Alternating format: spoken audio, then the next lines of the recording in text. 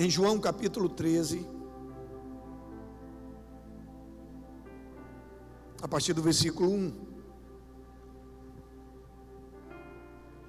João capítulo 13, a partir do versículo 1.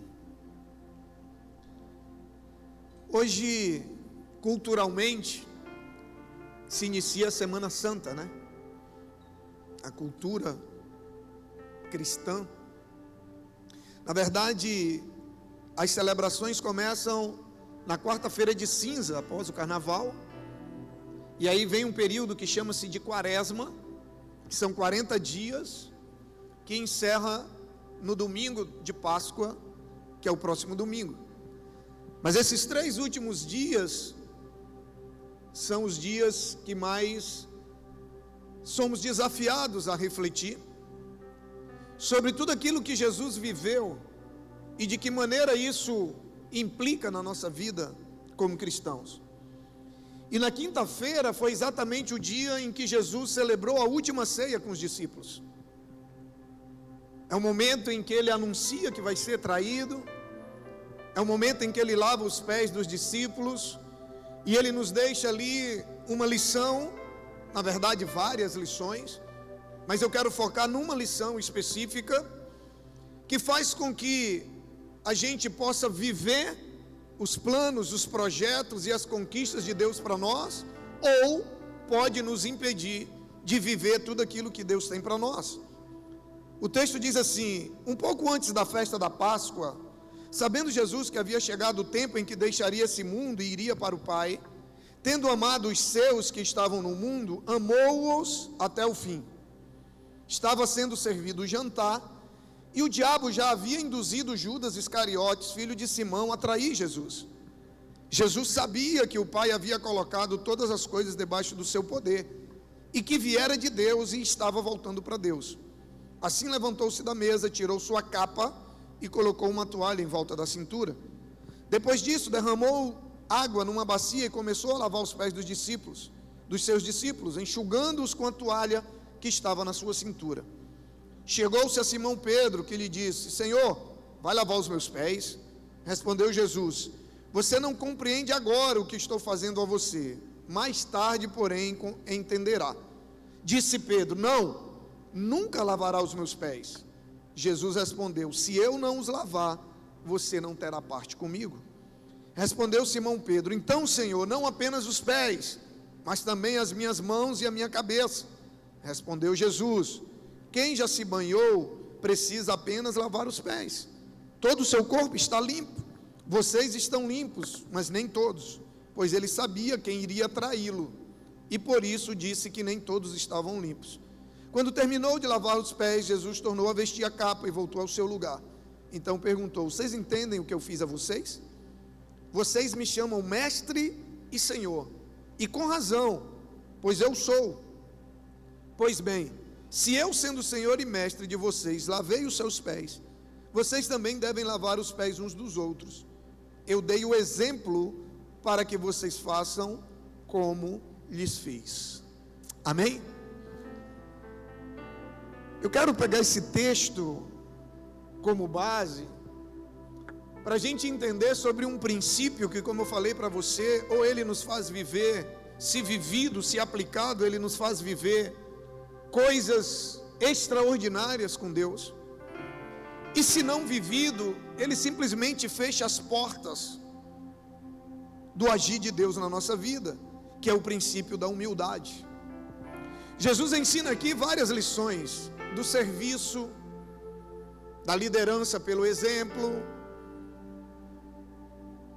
De várias maneiras Jesus nos ensina, mas a principal lição que Jesus queria nos deixar com esse texto é a lição da humildade. A humildade é a mãe de todas as virtudes. Sem humildade você jamais vai conseguir colocar em prática as outras virtudes. Se você for observar o que está na raiz de tudo aquilo que a gente não consegue fazer, que a gente não consegue obedecer, que a gente não consegue seguir, é o orgulho.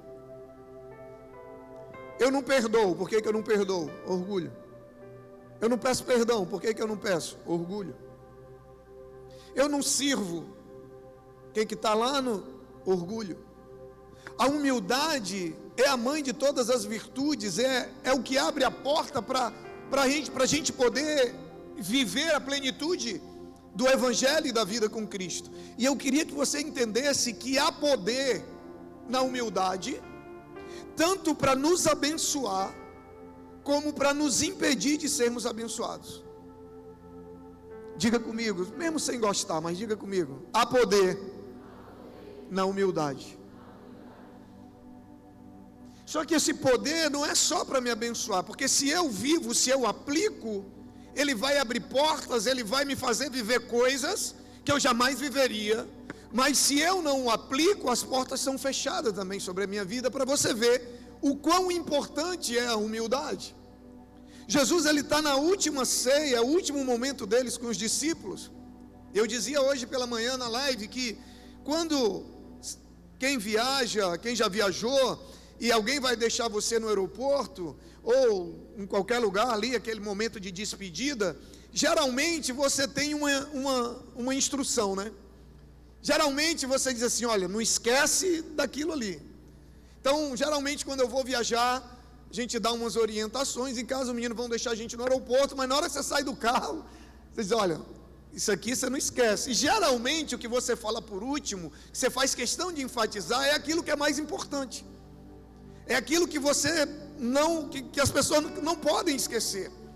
Então Jesus aqui nesse último momento com os discípulos, ele nos dá a lição da humildade. Ele diz: assim como eu fiz, eu dei o exemplo, para que vocês também façam. E eu quero ver com você alguns exemplos bíblicos de como a humildade me faz viver coisas extraordinárias e de como a humildade fecha as portas do céu sobre a minha vida. Quando a gente olha para 2 Reis, capítulo 5, nós temos a tão conhecida história de Naamã. Eu não vou ler, mas a Bíblia diz que Naamã, ele descobre que era leproso, e ele vai até a cidade onde havia o profeta. Ele descobre que havia um profeta, e quando ele chega lá, por ele ser o comandante do exército do rei da Síria, por ele ser um homem importante, por ele ser um homem conhecido, por ele ser um homem que ocupava uma alta posição, ele esperava ser atendido e ser tratado de uma maneira. Como ele não foi atendido e nem tratado da maneira que ele esperava, a Bíblia diz que ele se aborrece e vai embora, sai para ir embora, sem obedecer à direção do profeta. Ele se recusava a mergulhar no Rio Jordão, porque para ele o Rio Jordão era um rio muito simples. Tinha rios de Abana e Fafá que eram rios melhores. Para ele, para a posição que ele ocupava, o orgulho dele não deixava que ele quisesse obedecer. E a Bíblia diz que um dos seus soldados o convence, e ele então engole o orgulho dele e segue exatamente o que o profeta falou. E a Bíblia diz que quando ele mergulha pela 7ª vez, assim como o profeta havia orientado, ele sai da água completamente curado. O que curou Naamã? Foi a água? Não, foi a humildade. Porque se ele não tivesse tido a humildade para entrar na água, ele teve que tirar toda a sua capa. Ele era o comandante. Você já viu como é que um comandante anda? Vem no story do Turi aí, tem uma foto dele aí de um dia desse, que ele estava torto assim, que ele tinha um monte de brevê. Um general, ele tem mais do que aquilo ali, né? Então você já viu como é que um general anda, né? Ele teve que tirar tudo aquilo ali, aquela capa, aquelas estrelas, aquelas patentes, aqueles brevês, aquilo que representava as conquistas que ele já tinha alcançado como comandante do exército. Ele tem que se despir, ele tem que mostrar, as pessoas vão ver a sua lepra, ele tem que se expor. E muitas vezes o que nos impede de sermos abençoados, de vivermos o milagre, de vermos o agir, o sobrenatural de Deus na nossa vida, nada mais é do que o orgulho. Porque o nosso orgulho não permite que a gente peça ajuda, não permite que a gente compartilhe. É lógico que você não vai sair falando da sua vida para qualquer pessoa. Você se recusa a seguir orientações de pessoas mais simples que você. E a história de Naamã, quem revela para ele que havia um profeta, era uma menina que tinha sido levada como escrava de guerra. A humildade dele começou a ser tratada ali. Porque se ele não dá ouvido àquela menina, ele não tinha ido atrás do profeta. Se ele não dá ouvido ao soldado dele, ele não tinha mergulhado. Às vezes Deus está colocando pessoas do nosso lado, numa condição talvez financeira mais simples, intelectual mais simples, profissional mais simples, mas que tem a direção, que tem a palavra, que tem a direção de Deus para a nossa vida, e o nosso orgulho está nos impedindo de dar ouvidos. A humildade foi o que curou Naamã. A humildade fez Zaqueu ser transformado. Em Lucas 19 tem a história de Zaqueu, que era um cobrador de impostos, corrupto. Ele cobrava os impostos e mais do que o que tinha que cobrar para poder ficar com a parte dele. Qualquer semelhança é mera coincidência. Mas Zaqueu, ele estava ali e a Bíblia diz que ele ficou sabendo que Jesus ia passar na cidade. E Zaqueu, por ser de pequena estatura, a Bíblia diz que ele subiu na árvore para ver Jesus. Você imagina um mico? Gente, para subir na árvore, orgulhoso não faz isso não. Orgulhoso não faz isso. Imagina, você está ali, no meio de uma multidão, vai passar uma autoridade, e aí você sobe, um negócio fica lá em cima, todo mundo olhando para você, e você ali exposto ao ridículo, para muita gente. Foi o que Zaqueu fez. Mas sabe o resultado disso? Jesus olhou: se desce daí que eu quero almoçar contigo. E desse almoço, Zaqueu, que era corrupto, extorquia o povo, ele sai desse almoço com Jesus dizendo: Senhor, daqui para frente eu não roubo mais, eu não me corrompo mais, e aqueles que eu defraudei, eu vou devolver 4 vezes mais tudo aquilo que eu tirei deles. A humildade de Zaqueu para ver Jesus levou Jesus para sua casa e fez com que a vida dele fosse transformada. A humildade fez Paulo se tornar quem ele se tornou. Gente, Paulo, antes dele se tornar Paulo, ele era Saulo. E ele era um dos principais da sinagoga. Ele era letrado, ele era um dos melhores na lei. Ele foi discipulado por Gamaliel, que era um dos melhores da sua época. Paulo, além do conhecimento, da formação que ele tinha, ele ocupava uma posição de destaque. E Paulo perseguia os cristãos, e numa viagem dessa, ele tem um encontro com Jesus. E depois, a Bíblia diz que ele literalmente cai do cavalo. E o que me chama a atenção é que Jesus, depois quando Paulo pergunta quem é, Jesus diz: Paulo, sou eu, aquele a quem tu persegues. E Paulo diz assim: o que o Senhor quer que eu faça? E Jesus diz para Paulo: você vai encontrar um cidadão, um baixinho. Tinha que ser baixinho. Baixinhos são bons. Vai encontrar um baixinho chamado Ananias, e ele vai te dizer o que você deve fazer.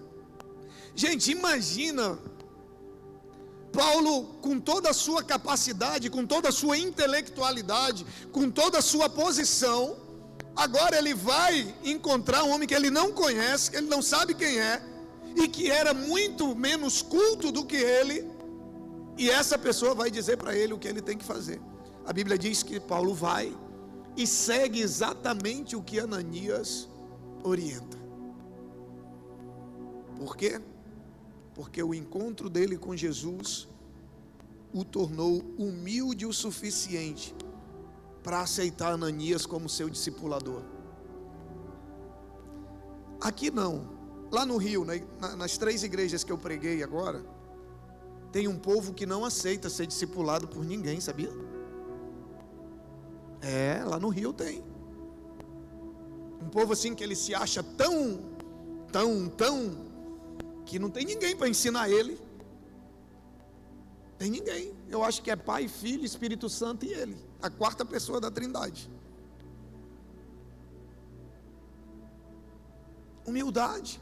Tem gente que não cresce porque não tem humildade para aprender, porque não tem humildade para se deixar ensinar, porque fica fazendo comparações. Sabe, deixa eu te falar uma coisa: a igreja é o único lugar onde Deus nivela todas as coisas, onde Deus faz o pequeno grande, onde Deus faz o grande pequeno, onde Deus usa. A gente fica olhando coisa linda no nossos voluntários, é delegado, é defensor público, é todo mundo, é trocando pneu, é jogando. Fiquei sabendo que até cocô da porta do carro do visitante eles tiraram, para não deixar o visitante pisar no cocô do cachorro. Quem que faz isso? Só Deus. Paulo, a humildade dele fez com que ele se submetesse ao discipulado de Ananias, e o fato dele se submeter à orientação de Ananias fez com que ele se tornasse o maior nome do Novo Testamento depois de Cristo. Se você for comparar a história de Paulo com a de Ananias, agora Paulo só se tornou Paulo porque teve um Ananias. Deixa eu te falar, às vezes tem pessoas que Deus vai nos usar para se tornarem muito maiores do que nós. Deus vai nos usar para ajudar pessoas a chegarem em lugares muito mais longe do que nós, e está tudo bem, porque quem está sendo glorificado é o nome de Deus, porque o que está sendo expandido é o reino de Deus. Mas às vezes falta humildade para a gente querer aprender, às vezes falta humildade para eu querer ensinar. A humildade fez Bartimeu ser curado. Marcos capítulo 10. Jesus vai entrando na cidade, e aquela multidão, como sempre, acompanhando, e os discípulos próximos ali, né, os assessores, né, de plantão, que não deixa ninguém tocar na autoridade. E a Bíblia diz que Zaqueu estava à beira do caminho, um cego. E a Bíblia diz que Zaqueu ouviu que Jesus ia passando, e ele começa a gritar: Jesus, filho de Davi, tem misericórdia de mim. E alguém vai lá e manda ele calar a boca, e quanto mais manda ele se calar, mais ele grita. Olha o mico, gente, é só mico. Tirar a roupa, mergulhar num rio sujo, barrento, subir numa árvore, ser orientado por um baixinho, que eu não sabe nem quem é, e agora o cara gritando no meio do caminho, o pessoal mandando ele calar a boca, e ele não está nem aí. Gente orgulhoso não faz isso. Gente orgulhoso até para chorar é assim, ó. Aí olha para o lado assim para ver se tem alguém olhando. É humilde. É catarreira santa, passa a mão assim.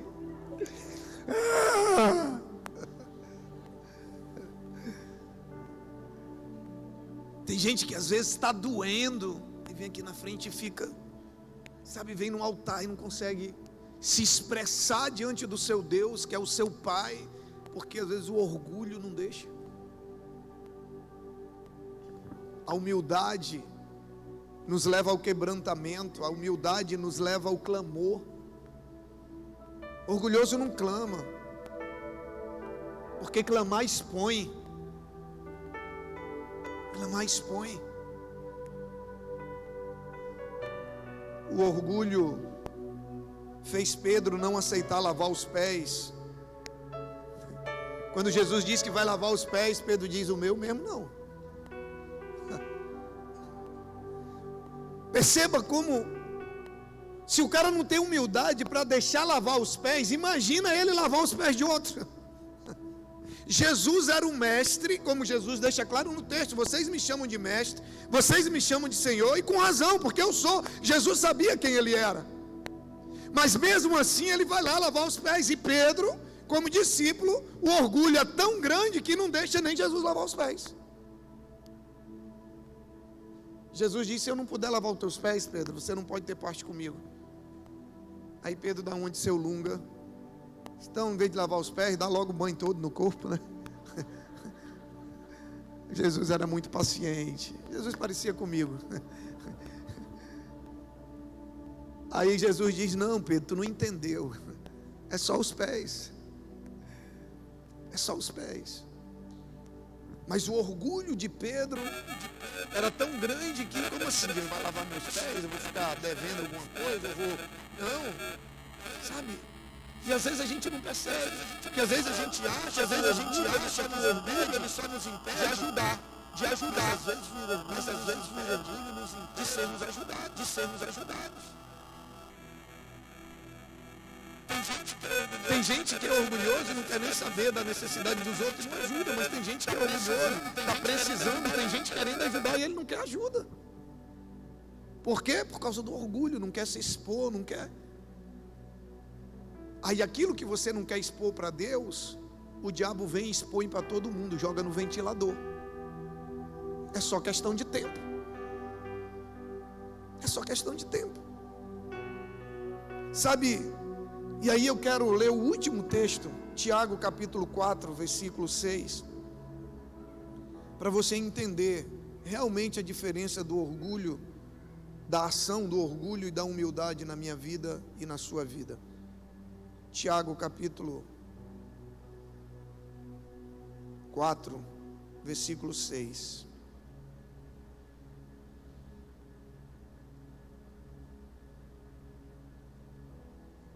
Olha o que ele diz. Mas ele nos concede graça maior. Por isso diz a Escritura: Deus se opõe aos orgulhosos, mas concede graça aos humildes. Aqui está a chave. Eu citei esses exemplos só para você não duvidar. Eu poderia ter lido só esse último versículo para você entender.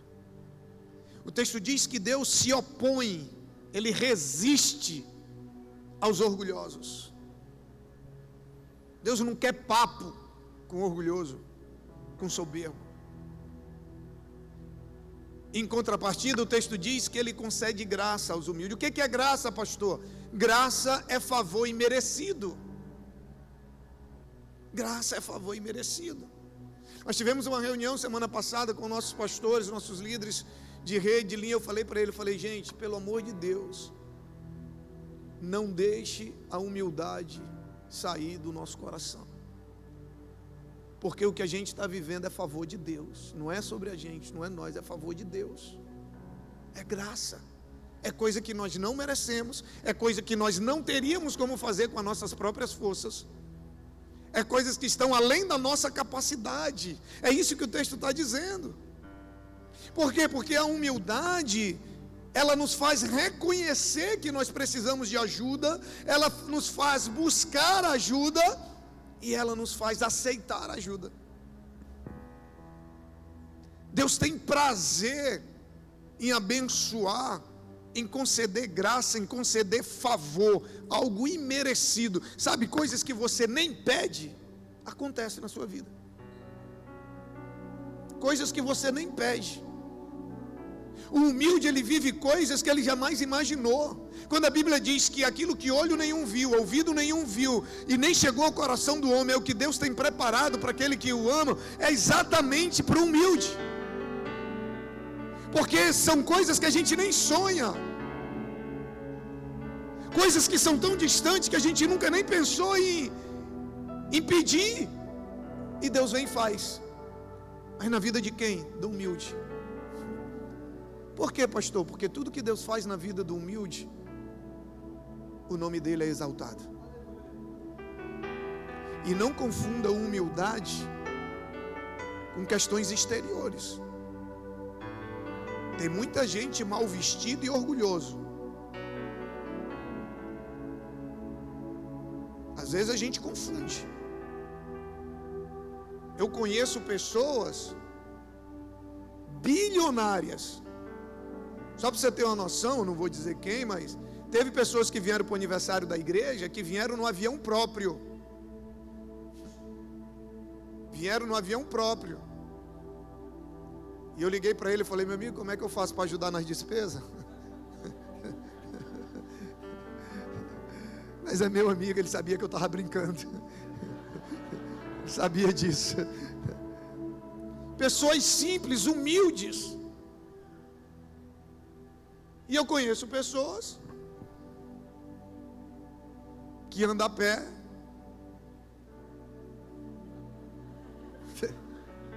Só para você entender, não tem a ver com questões externas, tem a ver com atitude. Humildade não é falar menos de si, é pensar menos em si. Isso é humildade. Você pode ser alguém extremamente próximo, abençoado, mas pensa no outro, pensa no próximo. Porque, gente, como é que a gente ajuda sem a gente ter? Então, quando o texto diz, Deus resiste ao soberbo, mas Ele concede graça aos humildes. Ele está dizendo que o orgulhoso, ele fecha as portas. E o humilde, ele faz não só aquilo que eu peço, mas além daquilo que eu peço. Quem está me entendendo?